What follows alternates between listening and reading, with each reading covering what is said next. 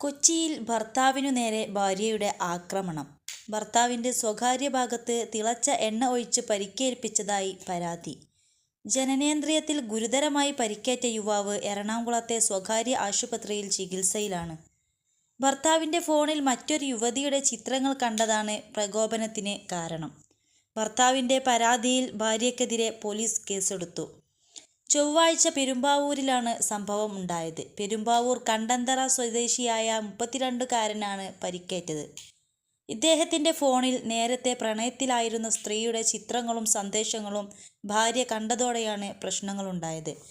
ഇതിനെ ചൊല്ലി ഇരുവരും തമ്മിൽ വാക്കുതർക്കം ഉടലെടുക്കുകയും ഇതിനിടയിൽ യുവതി തിളച്ച എണ്ണ ഭർത്താവിൻ്റെ സ്വകാര്യ ഭാഗത്തുൾപ്പെടെ ഒഴിക്കുകയുമായിരുന്നുവെന്നാണ് പോലീസിൻ്റെ പ്രാഥമിക നിഗമനം.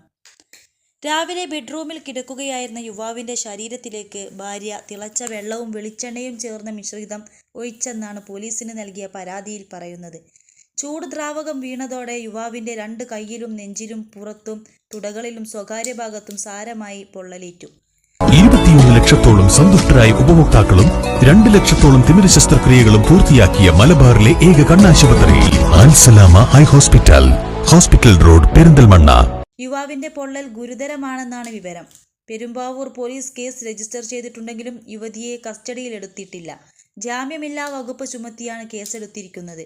യുവാവിൻ്റെ പരാതിയിൽ പെരുമ്പാവൂർ പോലീസ് ഇന്നലെയാണ് കേസ് രജിസ്റ്റർ ചെയ്തത്. ഇതേസമയം മാധ്യമങ്ങളിൽ വാർത്ത പ്രചരിച്ചതോടെ ഇതൊക്കെ കാണുമ്പോൾ പെണ്ണ് കിട്ടാത്തതും ദൈവാനുഗ്രഹം ആയി തോന്നുന്നു. ഇതുപോലുള്ള സംഭവം ആവർത്തിച്ചാൽ ഹെൽമറ്റ് പോലെ ഇരുമ്പിൻ്റെ ജെട്ടി കമ്പനി ഇറക്കുന്ന നാൾ വിദൂരമല്ല. ആണുങ്ങൾക്ക് പ്രധാന ഭാഗങ്ങൾക്കൊക്കെ കഷ്ടകാലമാണല്ലോ എന്നിങ്ങനെ രസകരമായ കമന്റുകളുമായി നിരവധി ആളുകളാണ് രംഗത്തെത്തിയത്.